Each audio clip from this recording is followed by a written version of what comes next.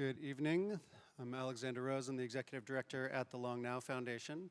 As some of you know, we often screen what we call a long short, a short film that exemplifies long-term thinking. This one is exceedingly on topic and is a detailed documentary narrated by, I believe, Jeremy Irons on the life of the plastic bag. The open plains of the asphalt jungle, home to many creatures great and small, and the popping ground for one of the most clever and illustrious creatures, the plastic bag. Today we explore the cycle of life for this curious creature, the plastic bag, on its migration to its home, the Pacific Ocean. Once released into the wild, the plastic bag is unsure of itself. It falters at first, but soon, with some help from the wind, the bag will be airborne. This flight will be the first in its long journey towards its final destination, the garbage patch in the heart of the Pacific Ocean. Using the wind to guide it, the plastic bag moves across the city through the air. A city park. This park may at first seem an idyllic place for the plastic bag, but danger lurks round every corner. Here it will encounter many enemies, including one of the most dangerous, park services.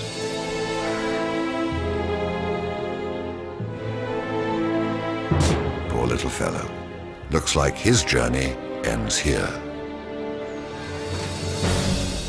Meanwhile, our little bag has encountered one of nature's most deadly killers, the teacup Yorkie. Once the Yorkie has locked onto its victim, there's very little hope of survival.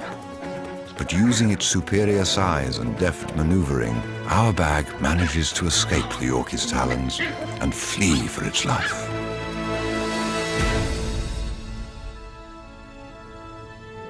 Over the course of its miraculous migration, the plastic bag will cover vast distances through neighborhoods, across parks, and down city streets. It is now nightfall, and our highly advanced night vision cameras have managed to capture for the first time in history a plastic bag in pitch black. Phenomenal. The vast cement rivers of California, home to literally dozens of animals. Many plastic bags will not make it out of here. The reeds and branches will see to that. As at home in water as it is on land or in the air, the bag's natural buoyancy makes it an excellent swimmer.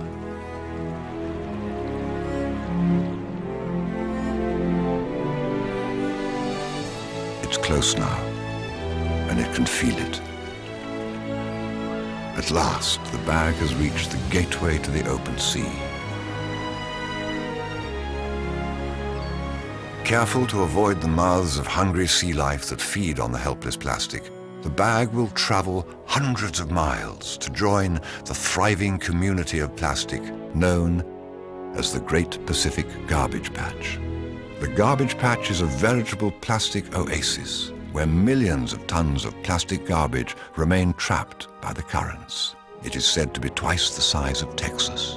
Never actually biodegrading, here the plastic bag can live indefinitely, peacefully coexisting with billions of other petroleum species before breaking into ever tinier plastic pieces, thus completing the plastic cycle of life.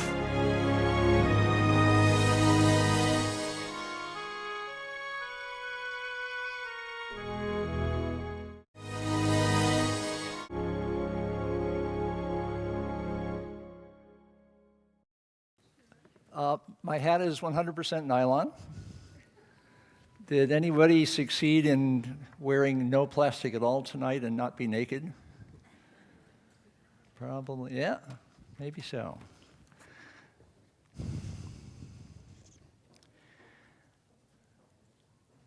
I came to Susan Freinkel's book, The Proper Way, which is learning that the author is someone to pay attention to.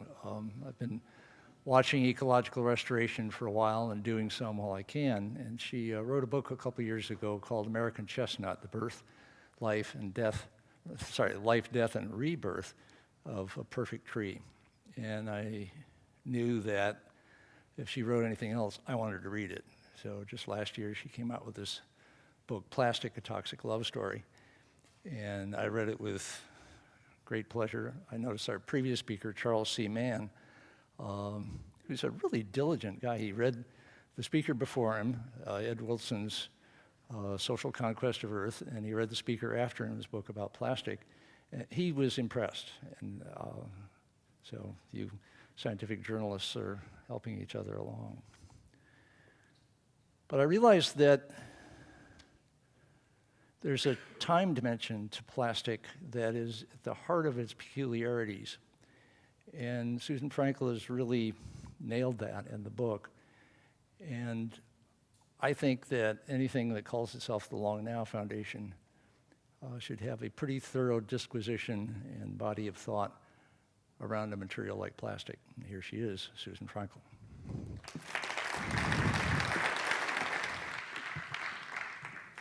Well, thanks, Stuart, and thank you, everyone, for coming. So, as you see here, I have a slide of the Titanic. What, you may ask, does the Titanic have to do with plastic? And the answer is that when the first salvage crew discovered the ship, which went down about 100 years ago, exactly 100 years ago, rather, they found a treasure trove of early 20th century life. They found, gold jewelry. They found leather goods. They found silver pocket watches. There was one thing they didn't find, which was striking to one of the crew members. He later told reporters, there was nothing on the ship that was plastic. Not a single thing. And that's kind of interesting. That was only 100 years ago. And yet, any modern ship today that went down, it would be a very different story. It would not only be made of plastic, but of course it would be, filled with plastic things. In some ways, the Titanic is one of the major metaphors of modern life, and plastic, too, has become a major metaphor of our time, but not just a metaphor. It's also a medium of modern life. It touches pretty much every aspect of our lives today, from clothes to cars, homes to hospitals, toys to technology. It's all plastic. Now, I kind of knew this when I started writing my book on plastic, but I didn't really appreciate that, and I didn't really understand that as much until I decided to do a little thought experiment. And I thought, okay, I'm going to spend a day not touching anything plastic. It seemed like a great idea until the appointed morning when I got up and sort of stumbled into the bathroom and looked down, and there was my plastic toilet seat. There was my plastic sink. There was my plastic toothbrush. This wasn't going to work very well. So I decided instead that I was going to spend the day writing down everything that I touched that was plastic. Now, this is more than that list, but as you can see, it's kind of an impossible amount of stuff. And I realized, just how thoroughly plastic our lives were. And in some ways, what my book became was an effort to answer two pretty basic questions. One is, how do we get to a place where plastic is so utterly pervasive in our lives? And then the second is, what does that mean for our lives? There are a lot of ways to tell this kind of story of our kind of gradual plasticization. But what really struck me, and to be honest, it didn't really hit me until I was pretty much done with the book, was that one way to tell the story and think about the story is as a long love affair that had gone wrong. We started off utterly enthralled with plastics, even if we didn't understand very much with them. They became very much a part of our lives. We became somewhat disenchanted. And here we are today, pretty disenchanted, still not really understanding plastics very well. But you get to the point where here we are, utterly dependent on these things that we often don't like very much. And in some ways, that's kind of the perfect definition of a dysfunctional toxic relationship, hence the subtitle of my book. But I believe it's not one that can't be repaired. In fact, I think it has to be fixed because plastics are going to be only more important, not less important to us in the future. So we hear a lot about the downsides of plastic, especially in a place like San Francisco. And so I want to spend some time just reminding us what amazing things plastics really are. And to start with that, I just want to kind of give a quick little lesson about being clear about what plastics are. They're polymers, which means they're long chains of molecules. I'm not a chemist, so I kind of think about them like daisy chains. Daisy chains strung together of smaller atomic units or molecules. This is a diagram of polyethylene. It's the plastic of packaging. You know, plastic bags, the lovely plastic bag that we just saw, milk jugs, lots and lots of packaging. This is a pretty simple plastic, but you can get much more complicated ones. And how these strings of the daisy chain, the pieces of the daisy chain are arranged pretty much determines what kind of plastic you're going to have, whether they're closely packed, whether there are other elements besides hydrogen and carbon, whether there are little side chains, little dangly, things like a charm bracelet. Those can make a difference about whether a plastic is going to be hard or sticky or clear or fuzzy or whatever. One of the confusions I think about plastic is we talk about it the way I've just been talking about it, as if it's a single thing. And in fact, there are tens of thousands of different plastics. And they can be as different as one another as, glass is from metal.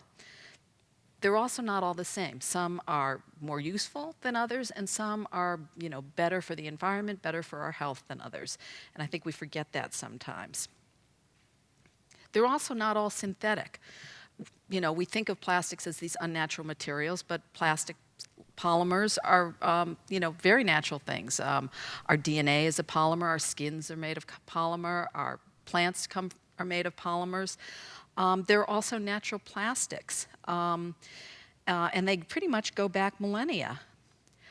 Rubber is a natural polymer, a natural plastic, and this is sort of a picture of, I think it was Mayans playing with the rubber ball, that kind of basketball that they liked to play.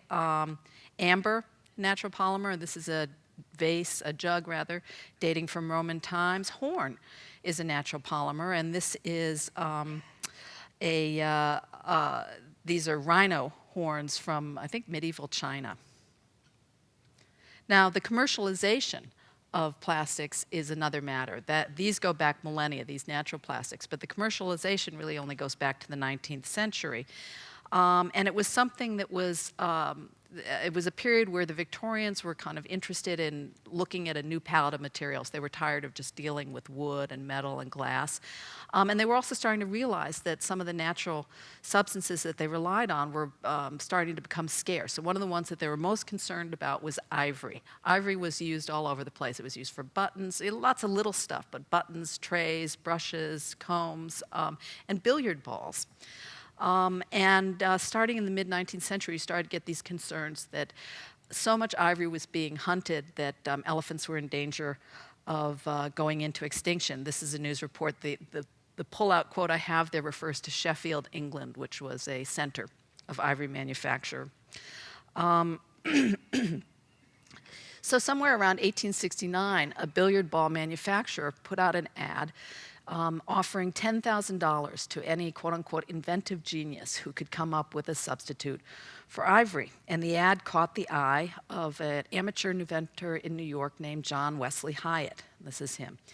He spent several years tinkering with a natural polymer cellulose, which comes from the cell walls of plants, and working with camphor and alcohol, and kind of working with recipes that other people had also been working with as well. And eventually he found a way to combine them to create this new material that he called celluloid. Celluloid was kind of the start of the romance because it was a material that offered real life-changing possibilities. It was an amazing material. It was waterproof and oil-proof. It was malleable, but it could dry to be quite hard. You could do all sorts of cool stuff with celluloid. One of the most amazing things about celluloid was that you could make it look like natural substances. Ivory, for instance. A lot of celluloid got made into dressing sets. They called this French ivory. I don't know why French ivory. But it could also be made to look like tortoiseshell. This is an ear trumpet. It could be made to look like coral. And you know, this capacity to mimic kind of luxury natural substances became a major selling point. And ironically, you know, it was something that really made this early plastic seen as a friend of nature. This is a quote from one of the promotional brochures for Hyatt's company. And as you can see, I mean, he's plugging this as something that is going to be a savior of nature, not the kind of enemy of nature that we think of plastics today. It also could be mass manufactured, albeit at a much slower pace than later plastics that would come. And one of the things that meant was that it became sort of a medium for the democratization of consumer goods and of things that once had been luxury items. In my book, I track combs. And you can see here examples of these combs that, you know, look like what were really quite fantastically expensive items. But actually, these weren't expensive. They're made of celluloid. And it meant that, you know, your average secretary or shop girl could look like she was a Rockefeller. So there were other plastics that came along. Celluloid got refined into another plastic called cellulose acetate, which became the basis for film. But the next really significant plastic was something that was invented by a Belgian emigre named Leo Bakelite. Like Hyatt, Bakelite was looking for a substitute for a scarce natural resource. In this case, what he was looking to replace was shellac. There was a huge demand for shellac in the late 19th, early 20th century because it turned out that shellac was actually a great insulator for electrical cables and lines. And this was a time when the country was undergoing rapid electrification. The trouble is that, and I didn't know this about shellac, but shellac is made from the excretions of the lac beetle.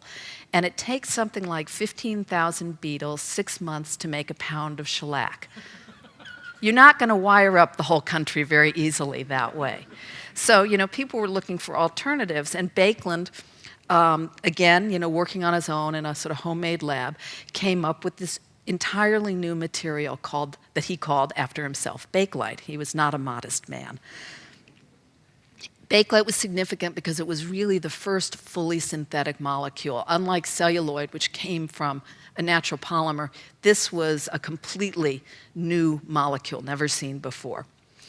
And though he'd created it as an electrical insulator, it actually got used for a lot of stuff. And, you know, we're familiar with a lot of these things: Bakelite telephones, the radios, you know, all sorts of stuff, including, of course, billiard balls. Because as it turned out, celluloid was not very good for billiard balls. It's a flammable substance. And what would happen is when the billiard balls would collide, they'd make this loud sort of shotgun-like sound. And actually, there was a saloon keeper in Denver who wrote Hyatt and said he didn't mind the noise so much, but every guy in the bar drew a gun when they heard it. So after Bakelite, we start to see a change in where plastic comes from. You know, Hyatt and Bakelite were lone entrepreneurs working on their own to solve a very specific problem. But, you know, by the early 20th century, you start to have these big petroleum companies, chemical companies, petrochemical companies, and, you know, companies like DuPont or Dow or Imperial Chemical in England, IG Farben. And the process of manufacturing that all of them were engaged in, of making chemicals or refining oil, are processes that generate huge amounts of waste products and byproducts.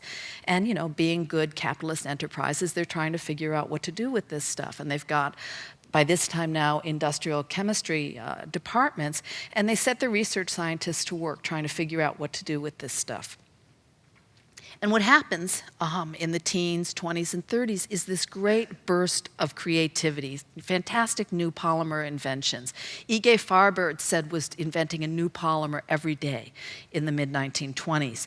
And in fact, most of the major plastics we know today, things like polyethylene, polyvinyl chloride, polystyrene, acrylic, nylon, all of them come out of this, what's considered like the golden era of polymer innovation. A lot of these materials actually were accidental discoveries. You know, polyethylene, for instance, was literally the product of a lab accident. There was an explosion in this reactor vessel. The scientists looked in it the next morning, and there's this kind of white, waxy stuff at the bottom of the vessel. They had no idea what it was or what to do with it, and they actually thought it was a useless material. Same story for Teflon. But obviously, people did start to figure out what to do with these things. Nylon, for instance, was not an accidental invention, and DuPont knew exactly what to do with it.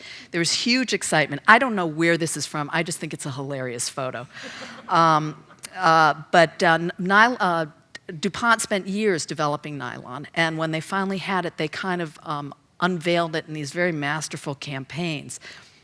They showed it off at places like the Golden Gate Exposition of 1939, where they have these models tussling over a pair of stockings to show how strong it was. They began carefully doling out nylons to department stores and limiting the amounts that people could buy. So you actually literally had nylon riots. This picture is from, I think it's from Cincinnati, I'm not sure where, May 15th, 1940, the first week nylons went on sale in the US. And, you know, incredible excitement on the part of women. So the love affair is starting to heat up. There was this great sense of excitement about these new materials, even if people weren't seeing a lot of them, because in point of fact, plastics was still a very small industry, and there weren't a lot of products out there. But there were these trade shows, and there were like the, DuPont had their Wonderful World of Chemistry show that they used to take around. Bakelite had a traveling cavalcade. In my book, I quote this woman at one DuPont exhibit who gushed, you know, "Isn't it wonderful how DuPont is improving upon nature?" People told pollsters around this time that cellophane was the third most beautiful word in the English language after motherhood and memory. This is just one of a trio of ads. There's one with twins wrapped in cellophane, and there's actually one with triplets wrapped in cellophane. So there's a lot of excitement about the promise of plastic, even though people didn't have a lot of it in their daily life, and not a lot was being made out of plastic. What changed things? World War II. Start of the war, the military was clear that they wanted to conserve strategic metals and materials, and they called on the plastics industry, which then was really a nascent industry, to see if they could come up with replacements for things like brass or steel or silk or rubber, and the industry complied. This is one of the first things that got made out of plastic. It's a plastic bugle that was made by a company that had only just started making them. They had manufactured like a red toy bugle the previous Christmas. And the company managed to put together a prototype when they were asked by the Army, like in the space of 2 weeks. And it's a funny story. The president of the company had only one prototype. He took it down to Washington, where the major who was in charge of this stuff had the Army's best bugler on hand to see if he could play it. And he played taps and he played reveille. And then he played them nearby, and then he had the guy go off a half-mile away to see if they could still hear it. Then they threw it against a brick wall to see how durable it was. And when it passed muster, they made 200,000. The major then went on to order whistles and helmets and other sorts of plastic substitutes. Plastic went into parachutes, it went into the acrylic windows for bombers, it went into gas masks. This mortar fuse, and I really actually don't know what a mortar fuse is, but it was the first $1 million order of plastics. So we're in the war years, and as so often happens during wartime, the romance deepens. People hear about these amazing new materials, and they're being told these heroic feats that plastics are performing in battle. And they come to be seen as critical to the Allies' success, and in fact they were. Polyethylene, that plastic that no one could figure out what to do with, well, it turns out polyethylene is really good at shielding radio frequencies and shielding radio transmission lines. And so they were able to use polyethylene to build radar that was light enough to put on planes, and airborne radar really proved critical to the Allies winning the war, because the Germans actually didn't have polyethylene. Teflon, again, another, who knows what to do with this polymer. That was used in the Manhattan Project because it could withstand very corrosive gases, and they used it to line vessels for some of the gases that were being used to develop the atomic bomb. Saran, was a plastic that was used to coat boats and ships and planes to protect them against salt water and wind. Heroic qualities that got turned to sandwich wrap after the war and became a selling point. So historian Jeffrey Michael has a very good book about the history of plastic. Talks about the kind of, not just love, but this sort of utopian vision that people had about plastic in the 40s. And nowhere was it clearer than this statement from two British chemists who were writing just before the war, but in many ways the sentiments they wrote were just as strong, if not stronger, after the war. So I'll let you take a look at this. Let us try to imagine a dweller in the plastic age. This plastic man will come into a world of color and bright shining surfaces where childish hands find nothing to break, no sharp edges or corners to cut or graze, no crevices to harbor dirt or germs. It is a world free from moth and rust and full of color, a world in which man, like a magician, makes what he wants for almost every need. And I love this quote because, it actually describes the world we live in today in many ways. But we've seen the dystopian side of this vision. So, the first time I read this, I just kind of cringed. It's hard to reconnect with the sort of wonder that's behind these words. Now, come the end of the war, you have this big built-up production capacity and you have a pent-up consumer demand. It's not hard to see what's going to happen next, which was an explosion in plastics production. This just goes back to 1950, but as you can see, it just sort of shoots upward and upward and upward. And what's not marked on this, but it's worth noting, is in 1979, plastics production exceeded that of steel. And so some people take that as sort of the official start of the age of plastic. I think it goes much further back. But, as one plastics executive recalled, in 1946, virtually nothing was made of plastic and almost anything could be. And so almost anything was. In 1946, the industry held its first national plastics exposition, and they invited the public to come. It was a trade show, but 87,000 people lined up 4 abreast for blocks in New York to get into this show, eager for a chance to see stuff that to us would be very prosaic now. I mean, things like nylon fishing line or, crystal clear acrylic or suitcases that, could carry a heavy load but were very lightweight themselves, or window screens that, came in their own colors. Plastics to them seemed to promise abundance on the cheap. And so, who wouldn't be in favor of that? It was particularly exciting to a generation that had come through the privations of the Depression, had come through the scrimping and saving and scrounging of the war, and who now had, a lot of money to spend. Plastics, they could also see was going to help democratize consumer goods in the same way that celluloid had, but on a much broader scale, and it would make it possible for middle-class people to enjoy a whole new level of material wealth. So what happens over the next decade, 15 years or so, is that you get this flood of plastic stuff going into household appliances, electronics, home furnishings. I like this photo. It's captioned "Mother's Nightmare." It was in Life magazine in 1946, and it was designed to demonstrate the toughness of plastics. And I don't know if you can see it clearly, but the kid on the couch is writing on the wall. The little girl has just spilled pudding on the chair, and the boy in the corner is trying to light the curtains on fire. And the caption was, if this were the usual kind of room, the children would be doing $150 worth of damage. But, it was plastic, so it's all safe. And in fact, throughout the 50s, if you look in the women's magazines, there are all these basically advertorial articles going on about, how much convenience plastics would bring. And they all kind of had this one line over and over again, you can wipe clean with a damp cloth.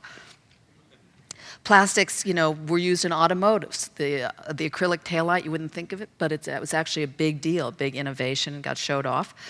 Of course, permitted the Corvette, which was made almost entirely of fiberglass.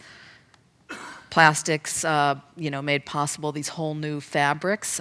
This is from a 1953 Sears catalog, touting fabrics that not many people would brag about today, but things like Orlon or Dacron, new textiles for wash and wear clothing. Again, for women, especially who had been ironing stuff, you could imagine how wonderful this sounded. Because of the baby boom, plastics became common in toys. Now this Busy Bee, I don't know how many of you remember this, but I do. The Fisher-Price Busy Bee was actually the first toy to use plastic, styrene, for the little wings. But it also made possible Barbie. And the Frisbee. This is the Frisbee's inventor, Walt Morrison, who actually, his original invention was a disc he called the Pluto platter, and of course then he had to dress up like this to advertise it, until he sold it to Whammo. You had the Hula Hoop. The Hula Hoop was made from high-density polyethylene, and actually the story behind the Hula Hoop was that Phillips Petroleum was trying to get down the recipe for this particular kind of plastic, and they couldn't get it right. They kept producing piles of off-spec material. They had sort of warehouses of it. And Whammo, which was then a pretty new company, heard about it and said, you know, we'll take that off your hands. And they made this toy, which was really kind of the first big toy craze, you know, sort of the Tickle Me Elmo of its time. Legos, of course, are made of plastic. And then you get Silly Putty. So Silly Putty was actually something that was invented because the inventor of Silly Putty had been commissioned by the Army to come up with a replacement, a synthetic rubber. And this is what he came up with. The Army said, I don't think so.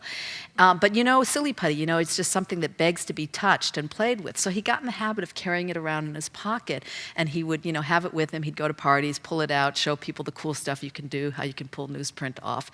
And he was at a party where there was a woman who owned a toy company, and she said, I know what we can do with that.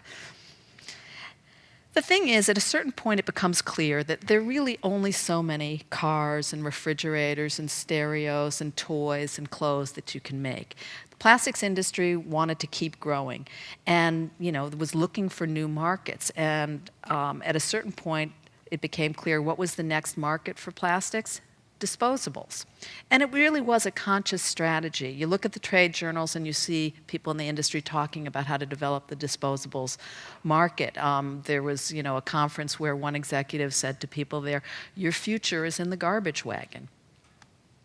And so now you start to get a whole new kind of use of plastic going into packaging. That Stop-It deodorant on your left, that was actually the first squeeze bottle ever. I think it was introduced in 1953. You get things like these soap bottles. You get disposable diapers, which, you know, pundits used to say was the reason for the baby boom. You get, you know, ideas like disposable clothes.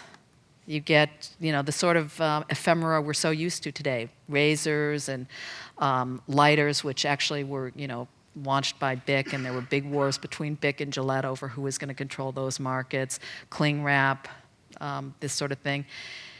You get vending machines with disposable cups, and actually when the first coffee vending machines came out, people tended to save and reuse the cups, much to the consternation of the plastics industry. And again, you look in trade journals and you see, you know, people talking about how can we teach people and encourage people to throw those cups away. Of course, we did learn.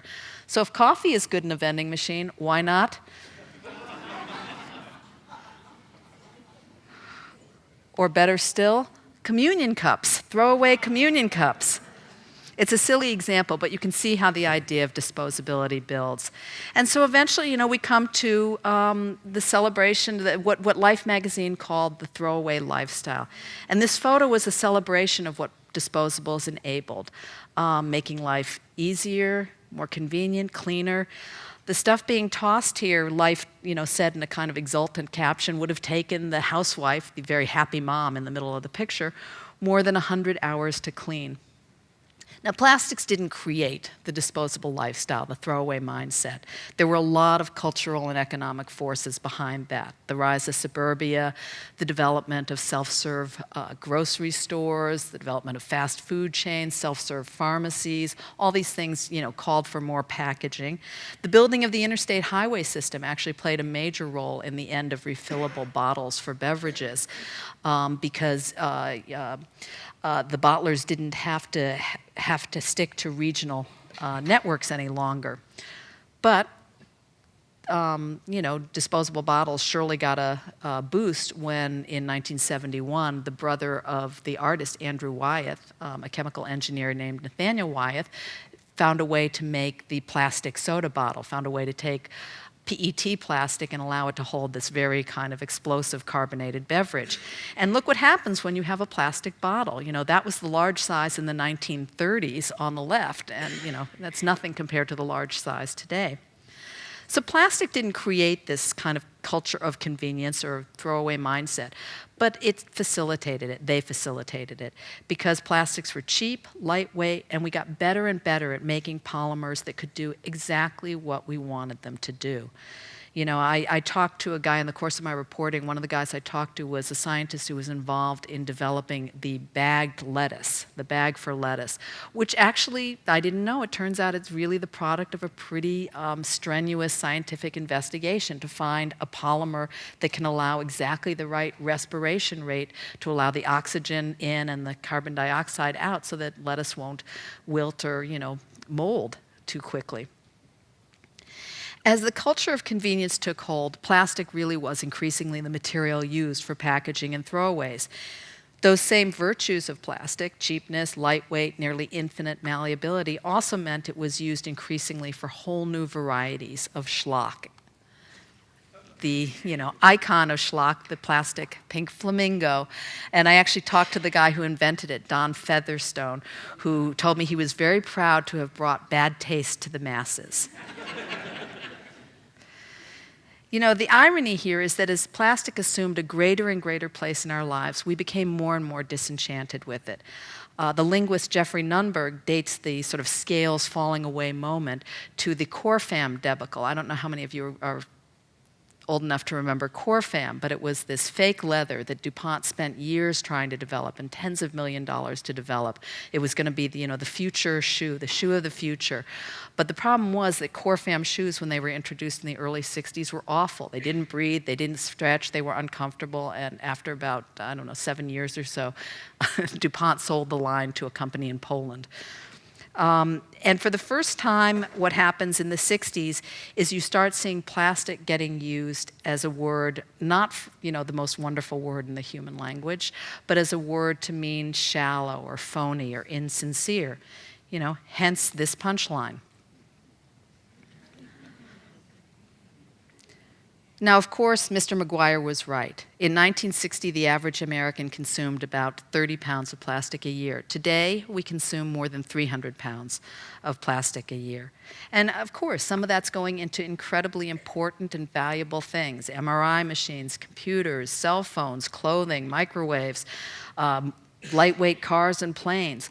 But a lot of it is accounted for by disposables. In fact, about half of all plastic produced goes into single-use applications, and about a third of that goes into packaging. And again, no question, a lot of that is really important. Disposable syringes are vital to preventing the spread of infectious diseases. Packaging in a global food economy is also essential, even in a national food economy. But with plastic, it's just always all too easy to go too far. So this single-serving banana wrapped in plastic, which Jon Stewart said is for people who love bananas but hate the biodegradability of the skin.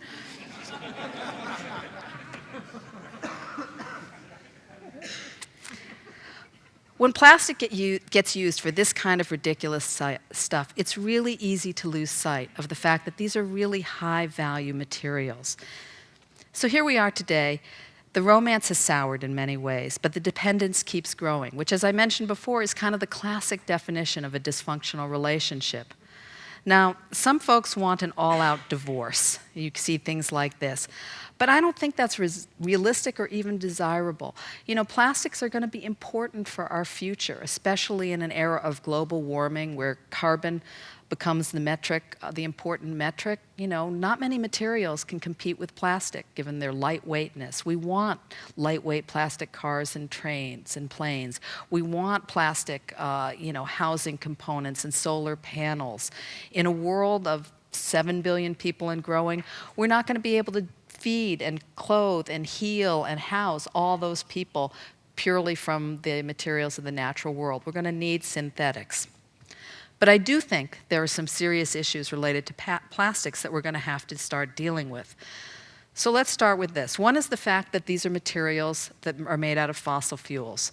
Now, it takes about 4% of the supplies of oil and maybe about 7 or 8% of natural gas to go into making plastics. That's, not an insignificant number. It's nothing compared to, say, cars, but it would be better to find renewable sources for these things, and I'll come back later. I think the second issue is the problem of plastic waste.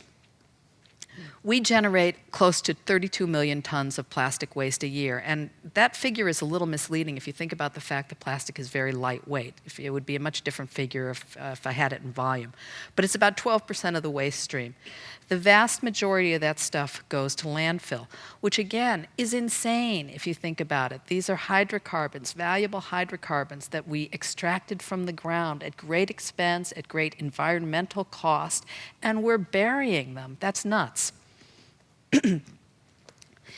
But as the green line shows, almost none of this stuff is recycled, less than 10%, which is way less than any other material. Those chasing arrows that are always on the bottom of plastic packages, those are incredibly misleading because although most plastic things are eminently recyclable, very little is actually recycled. There are a lot of reasons for that. Plastics are a challenge for recyclers. Many of them look alike, but they can't be recycled together. If you mix, say, a PET soda bottle, which is the #1 plastic, with a PVC bottle, #3, you're going to just get this unusable gloop. In some cases, it's really difficult to actually collect them. It's not economical. That's been the challenge with things like plastic bags and styrofoam, both of which are so lightweight that it's just not economical to truck around a truckload of them. In other cases, there aren't enough end markets to make it worthwhile, and this is sort of a self-fulfilling prophecy.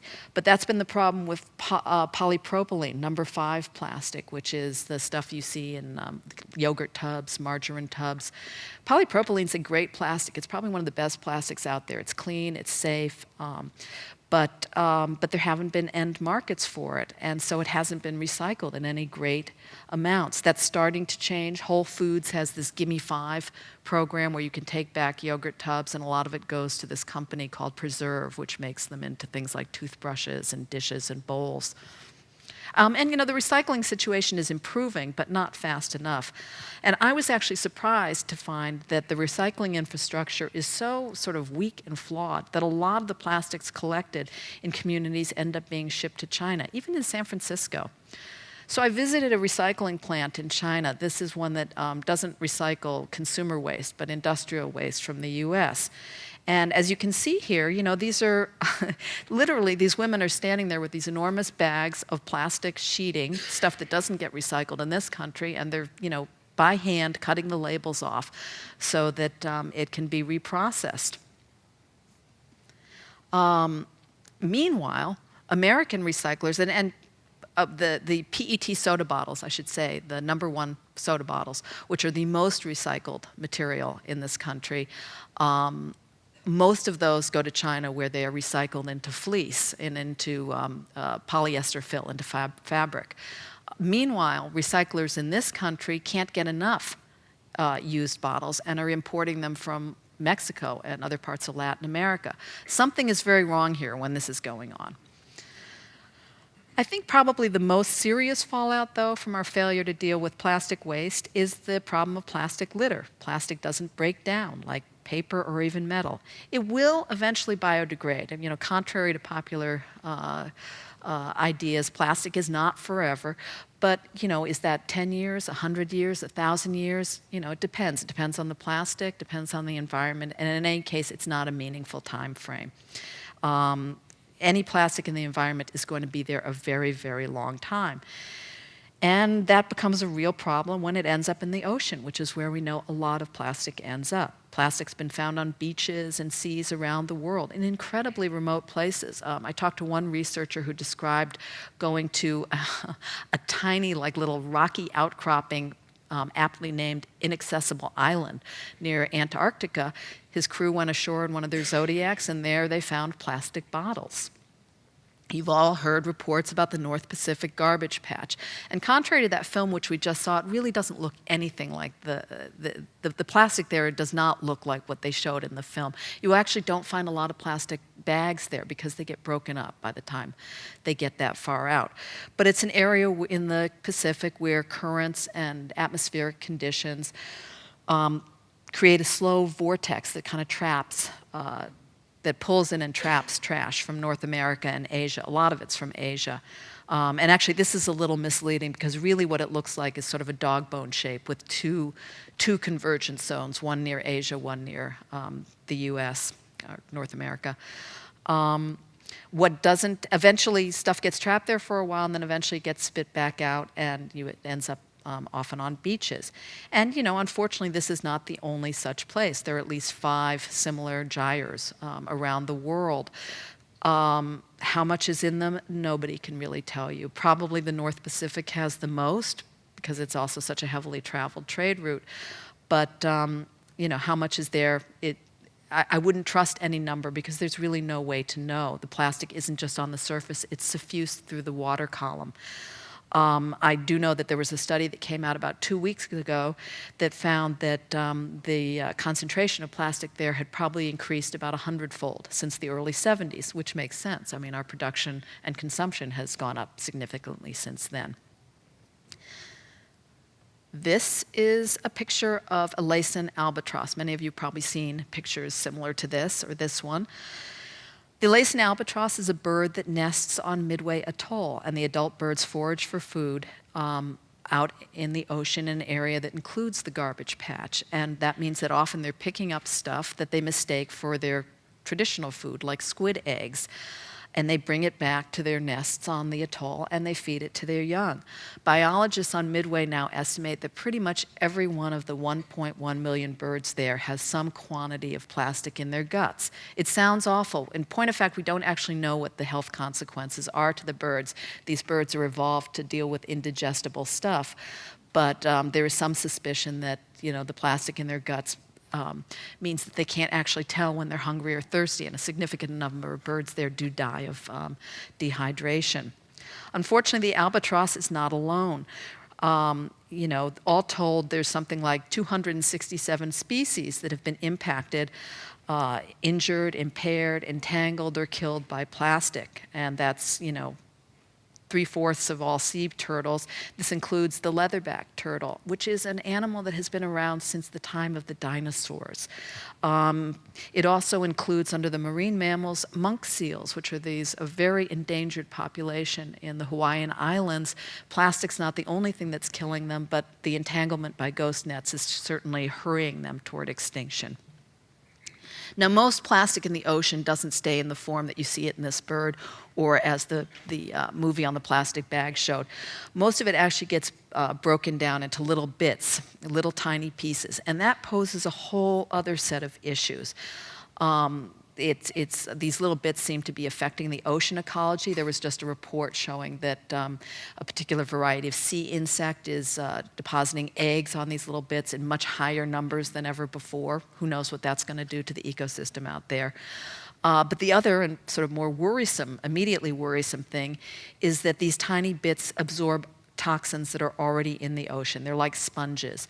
And they pick up things like PCBs and DDTs, persistent organic pollutants that have been in the oceans that were banned, 3 decades, 4 decades ago, but persist in the ocean and get absorbed onto these little plastic bits. Now, for this problem, this might be the poster child. This is a lanternfish. It's much less charismatic than the albatross, but its mothers love them. They're deep-sea dwellers that come up at night to feed on plankton on the surface. And research suggests that along with the plankton, they're also eating these little plastic bits. A recent study found 9% of those sampled had plastic in their guts. The concern is if the toxins on these plastics can soar off of the bits into the fish's tissue, you have a vehicle for moving these toxins up the food chain as they are eaten by bigger and bigger and bigger fish and eventually by us. The problem of plastic pollution in the ocean is a really tough one. It's not going to be easily cleared up. There are people who are doing programs like hauling in abandoned nets and recycling them into oil, but you can't do that with this confetti that suffuses the water.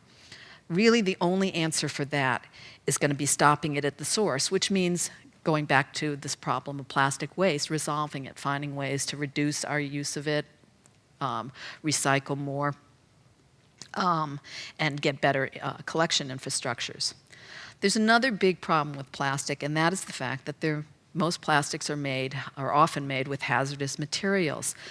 Biomonitoring studies are showing that the chemicals contained in plastics can often wind up in us. Nearly all of us, even those who live the most crunchy, super organic, groovy lives, are carrying traces of things like plasticizers and flame retardants and Teflon and bisphenol A in our systems. There really is no escaping this.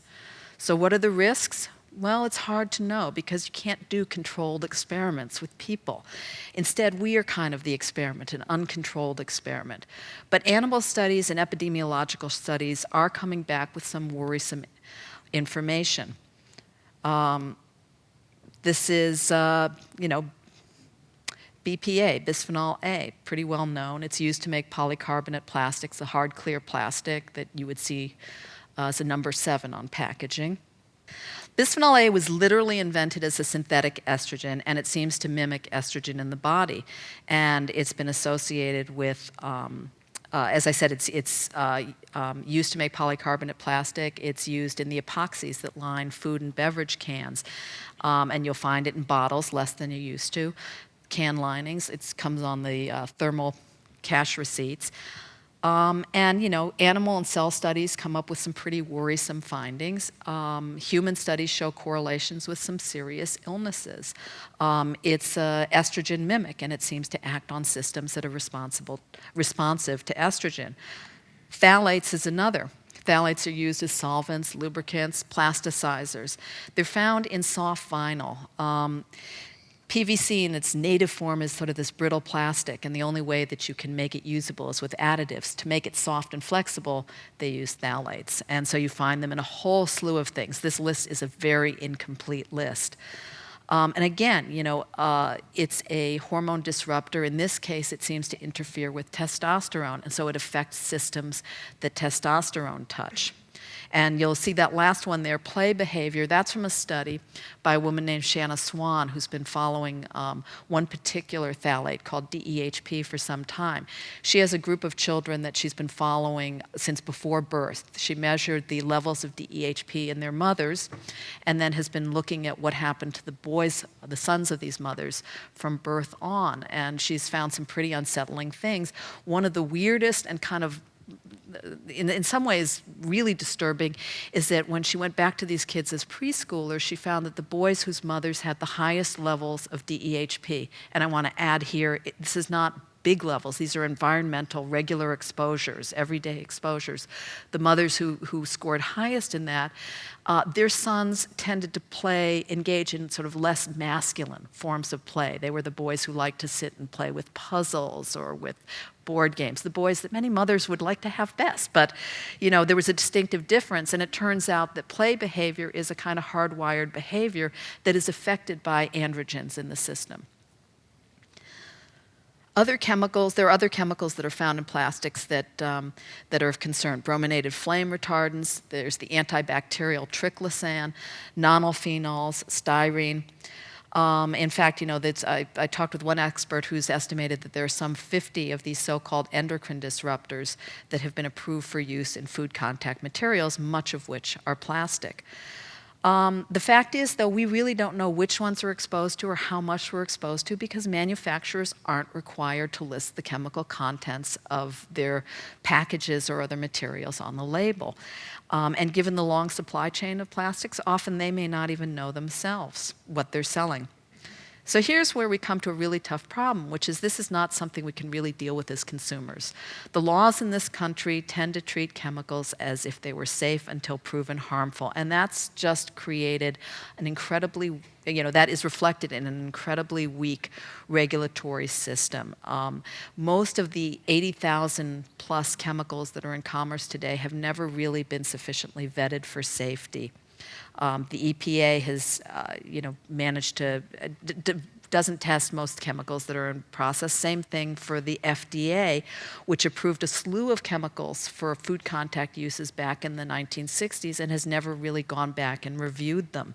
Now, alternatives are being developed and even put into use. For example, there are sort of citrus-based chemicals and castor oil-based chemicals that are being used as replacements for phthalates as a plasticizer for vinyl.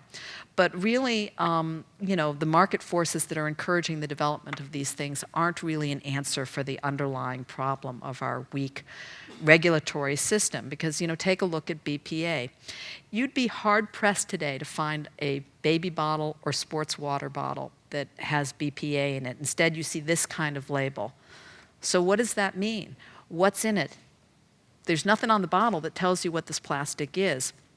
There are a couple of different plastics are being used as replacements, at least one of which is pretty closely related to BPA. Are they safe? Who knows? We don't know. And we won't know as long as we continue to regulate on a chemical by chemical basis and work off of the assumption that chemicals are safe until proven otherwise.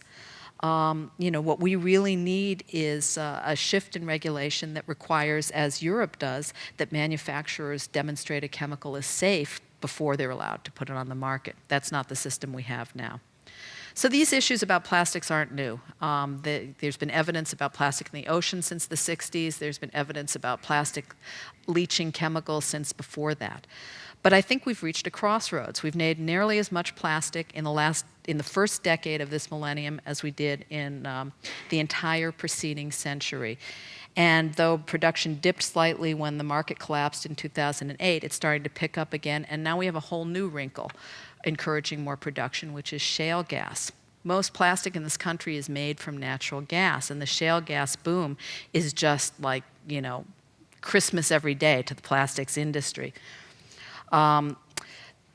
Already you've got 9 companies have announced that they're going to be building crackers, which are the big furnaces that break up hydrocarbons into the gases that are used to make chemicals and plastics.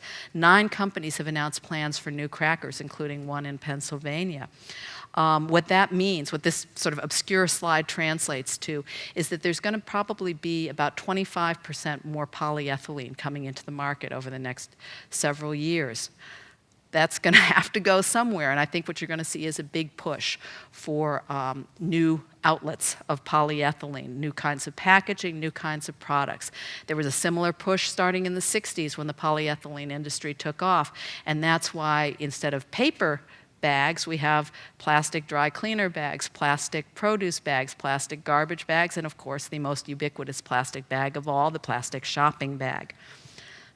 The other place that all this new polyethylene is probably going to go is overseas.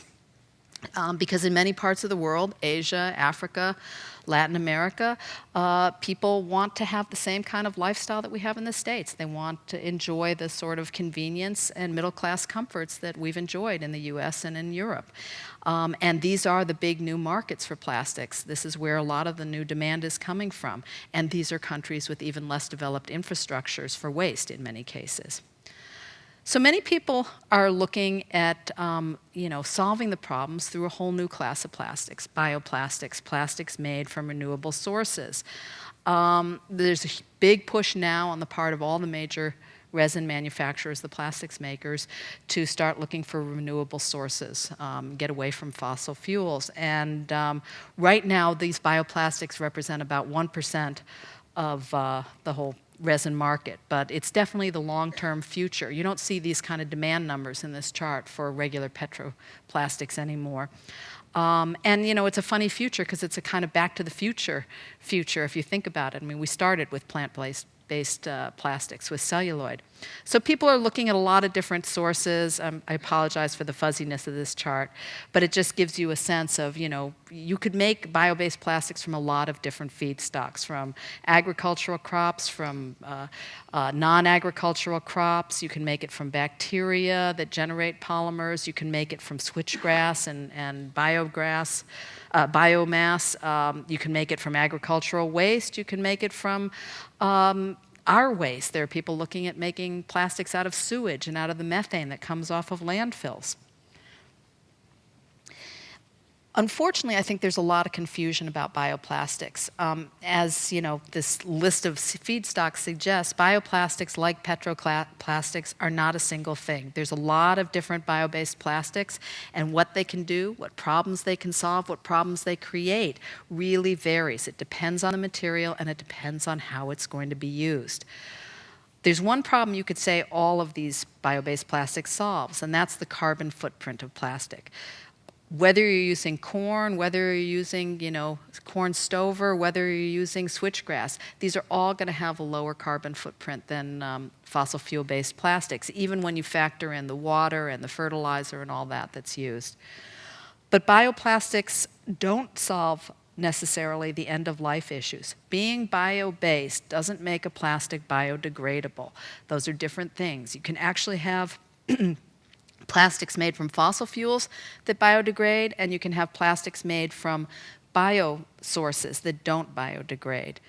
One of the most common bioplastics out there right now is called polylactic acid, PLA, corn plastic, or it's marketed under the name Ingeo.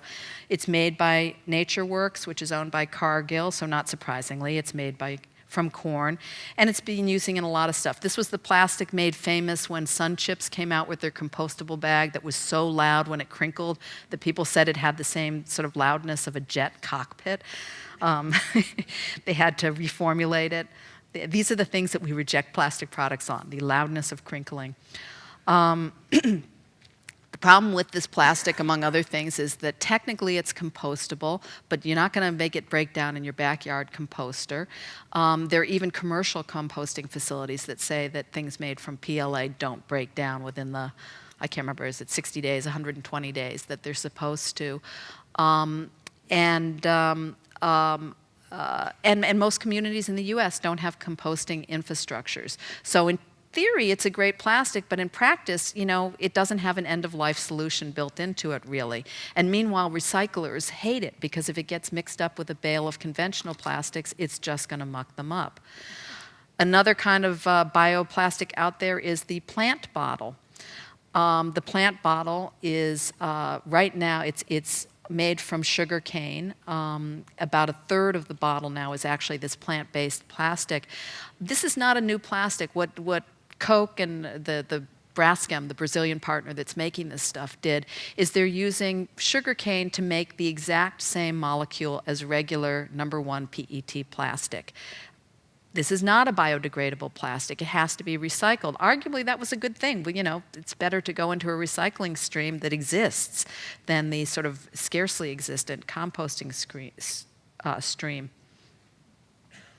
So these materials only address the waste problem if the manufacturers have worked that into the design of the base resin and the products made from it. Bioplastics also aren't an automatic answer to the issue of hazardous chemicals in plastic. They're only safer if they're made with safer materials, and that means a commitment to safety throughout the supply chain. And that can be difficult to ensure. In 2010, Stonyfield Farms decided they wanted to package a new type of children's yogurt in corn plastic. And they went to their compounder. These are the guys who take sort of a base plastic and mix in various additives to give it, just the right properties that somebody wants. And they said, we have figured out everything that's in this but the last 3%. Can you tell us what's in that 3%? Because we really want to make sure there's nothing nasty in here that children would eat. And the compounder said, no, that's a proprietary trade secret. So what Stonyfield actually ended up having to do was come up with a list of 2,300 different chemicals that it wanted to make sure were not in this little yogurt cup and present it to the compounder and have the compounder say, yeah, that none of those are in there for them to really sort of feel secure. Now this is Stonyfield Farms backed by, Groupe Danone, which is one of the biggest food companies in the world. And, to their credit, they were willing to take that extra step. This is just a quick chart to show you that, again, bioplastics measure up differently. They measured, this was a study looking at the sustainability of bioplastics. And as you can see here quickly, when you measure for occupational health and safety, you can come up with a different ranking than when you measure for environmental impacts. And in the end, the study concluded that really no bioplastic out there is fully sustainable yet. Put it another way, there are efforts afoot to develop a soy-based polyvinyl chloride. Now, of all the plastics out there, polyvinyl chloride, PVC, is a really problem plastic. It's made with chlorine, and because of that, it's a nightmare to manufacture, it's hazardous to manufacture, and it's a nightmare to dispose of because if it's burned, it releases dioxins and furans into the atmosphere, incredibly potent carcinogens. And, it's a brittle plastic, and so it almost always needs additives, including things like phthalates. Is the carbon issue significant enough to make this kind of plastic from plants, or should we just get rid of it? Another example, biodegradable bags. Do we really need single-use bags? There may be a place for them. There may be a place for biodegradable bags, but maybe we should rethink the whole bag issue. Sometimes I look at biopolymers and I think, we're kind of at the same place the plastic industry was at following World War II. Huge enthusiasm, huge excitement, and a desire to put these new plastics any place possible, and a desire for sort of a silver bullet solution to our plastic woes. A sense that here is a partner that at last will solve all of our kind of dysfunctional plastic relationships. But there are lots of outstanding challenges and questions as we move on to this next generation of plastics. How much do we use food crops? Should we use food crops, or even more controversially, genetically modified food crops for bioplastics, or genetically modified bacteria, which is a whole sort of line of bioplastics? Can we use sustainably grown biomass for plastics? To what extent can we exploit the waste that's already present? Which, after all, the use of waste was really what gave plastics a leg up, economically speaking, back in the late 19th century or early 20th century. What will it take to develop a composting or recycling infrastructure to deal with these plastics at the end of their lives? Because they're not good in landfills. If the plastic biodegrades in a landfill, if you have a biodegradable plastic in a landfill, it's going to generate methane, which is an even more potent greenhouse gas than CO2. What I'm suggesting here is that the promise of bioplastics depends on really rethinking our relationship to plastics, how we make them, how we produce them, how we use them, and, by extension, kind of rethinking our whole material world. This time around, I'm really hoping that we can give it a more holistic cradle-to-cradle approach, where we ensure that the plastics we make, the products we make from them, can either be recycled back into nature or into technology. This is a bridge. This is a story that I end my book with, and this is another way of sort of thinking forward about plastics. This bridge was built by a New Jersey company that has commercialized a technology that takes old milk jugs and car bumpers and smushes them together. I don't know how, but smushes them together to make this incredibly durable, strong, tough material. They're making I-beams out of it, and they're using them to build docks and marinas, and in this case, bridges. This bridge was built in Fort Bragg, and as you can see, it's strong enough to hold an M1 Abrams tank. Other bridges they've built from the same material are being used for railroad bridges. So it's a really strong material. And I like it because, bridge, metaphor for moving to the future. And I think, millennia from now, when archaeologists scrape down through the stratum of this era, which my friend, the beach plastic artist Richard Lang, has called the Plasticine, are they going to find it simply stuffed with immortal throwaways? Or, can we change the way we make and use plastics? So what they find are artifacts like this bridge, which I think really testify to our technical ingenuity and to our wisdom to use that technology well. So thank you all.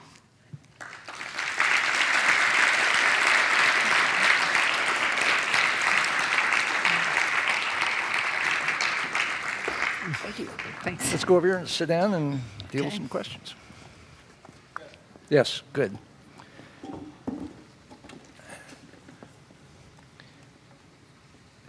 So the Long Now audience is interested in this. Who else is interested? Who's asking you to give these talks? Oh, well, it's interesting. I thought that my audience would be environmentalists, but I'm actually hearing from industry who I don't know if it's just kind of a confessional thing, or if they're really interested in hearing this. But at least some people in industry are interested in hearing this message. Say more about that. So where have you gone? What happens there? Well, not a whole lot, but you know, one of the more interesting talks that I gave, there's a group of plastic bag manufacturers in California who are a really interesting group because unlike the plastic industry as a whole, these folks really saw the writing on the wall about marine debris, and they really recognized that this is a serious issue they had to grapple with. But they make plastic bags, and you know, they're not really interested in giving up that business. And they've been trying to sort of figure out some way of either, you know, encouraging recycling of bags, making thicker bags, whatever. And they invited me to come speak, and I was really nervous because I thought, you know, the woman who invited me, I said, "Are you guys just going to yell at me?" And she said, "No, they really want to hear what you have to say." And they actually were great. They actually were very interested, and they wanted me to come back, you know, to talk to their fellow members in Canada. So I think they, you know, they want to hear. They don't want to have people just yelling at them. They want to sort of hear, how can we rethink this? What do we need to be thinking about doing? I don't think they really want to hear that the plastic bag has to go, but. Well, what actually concerns me about your answer is that you're not getting invited by environmental groups. It sounds like. Well, I think Have there been any? Yeah, some, but not a ton. You know, and I don't know what that is. I suspect some of it is that I'm not wholeheartedly. I'm not only saying all plastic is bad. I mean, I'm saying, you know, there is good plastic. It has to be used better. Well, okay, that's a little worrying to me that the industry guys are more open to this mixed message of yours than my fellow environmentalists. Maybe, or maybe, you know, they just figure I'm preaching to the choir. I don't know. Was there an issue of, there you are talking to the specialists in the plastics industry who, you know, got their graduate degrees and whatever and are, you know, really know the stuff backward and forward, and you come in and you sort of have to say, "Hi, I'm not an engineer, I'm a journalist." What happens then? You've got a fair amount of technical stuff in your book and in your presentation, which I think is wonderful, because that's the level of detail that a lot of these issues have to be hashed out at. But are guys in the industry you know, comfortable guys, with that, or what happens? They're okay with it. I mean, guys in the industry know their little thing. Plastics is this huge, sprawling industry, and what is interesting to me is people know their own little section of it. So the guys who, you know, make plastic film know all about plastic film and don't know anything about medical devices, you know, or the issues related to medical devices. You know, the guys who make bottles know about bottles, but they don't know anything about car parts. There aren't a lot of people who are sort of overall experts. Is there no longer any, like, global conferences where everybody having to do with plastic gets together? I haven't ever been to one. There is a triennial National Plastics Conference that takes place every year, the K Show, every 3 years, the K Show, but I actually never made it to that. Here comes some more questions. Thank you. Aha. Rachel Weidinger asks, "Are 3D printers the rebirth of Yardley cousin plastic utopia? How could we make it better for this plastic revolution?" So there's, you know, zillions of makers out there who are delighted to have this thing that makes things, and it makes them out of, you know, this usable plastic. You know, I don't know anything about 3D printers. I was supposed to go to Nature Noise Bridge tomorrow night to see the 3D printer makers fair guys, but I think Alexander was saying to me that they're starting to use biopolymers, that some of the polymers that are used in these 3D printers actually are not biodegradable or even particularly recyclable things.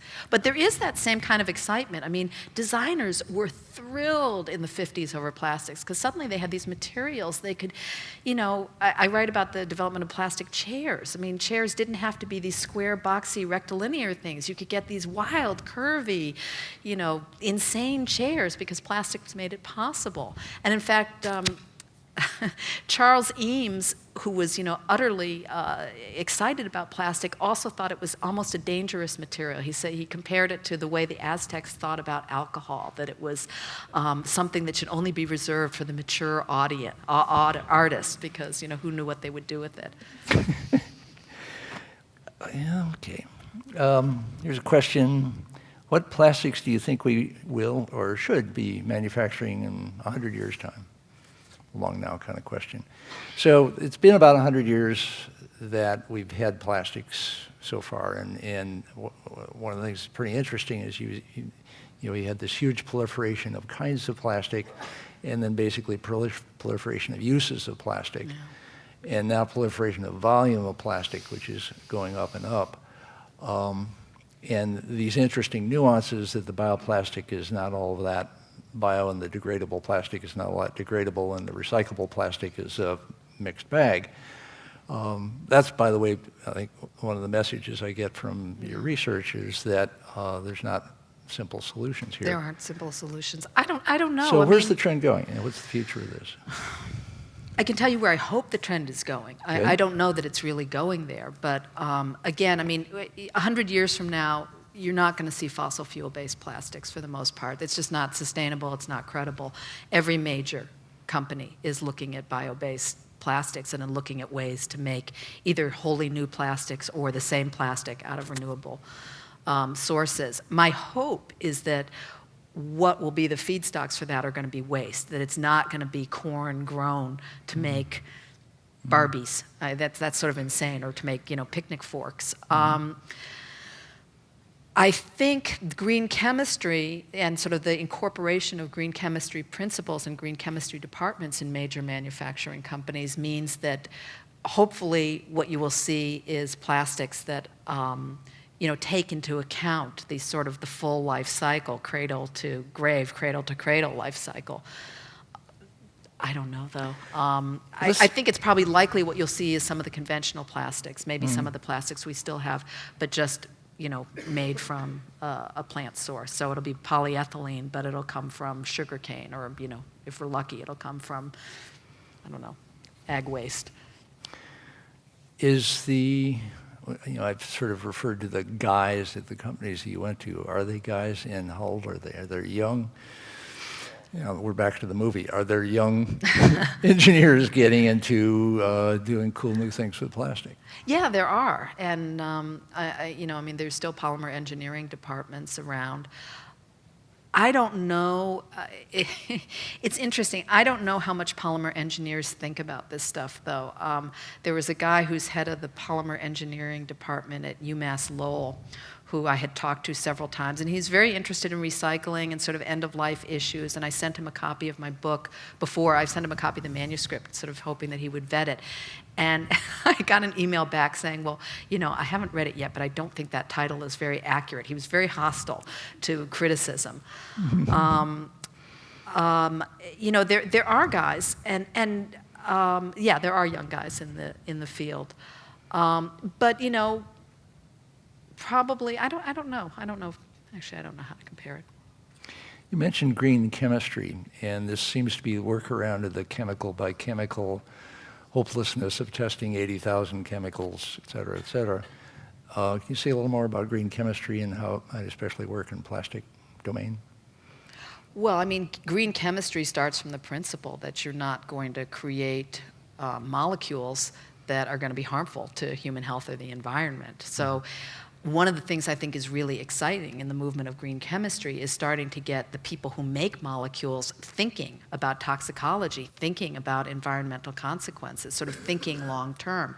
And that's happening in places. At Berkeley's got the Center for Green Chemistry, and they are actually working with the biology department and the engineering department and policy department, so that the people who are being trained to create molecules are being trained to think beyond just, I've got this cool new thing, I've got this cool new molecule, what can I do with it? Which just simply wasn't in the thinking of the last generation of industrial chemists. Is there a book as good as yours about green chemistry? If not, will you write it, please? Well, Elizabeth Grossman has this book, Chasing Molecules, which I think is pretty good.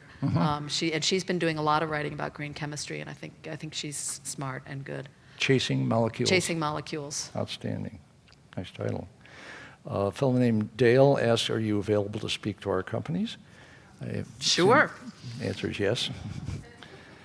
What are the chances, asks Dale Hover, of us developing a usefully tunable, I imagine, plastic-eating bacteria?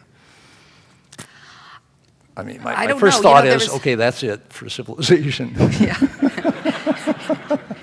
It'd be like one of those movies with the little nanobots. Well, you know, there are these guys from Yale who found this fungus in the Amazon that it turns out that they claim eats polyurethane. You know, I don't. That's why we've got to keep the tropical rainforest. There's things out there that There's eat the things like stuff we that. want to have them eat.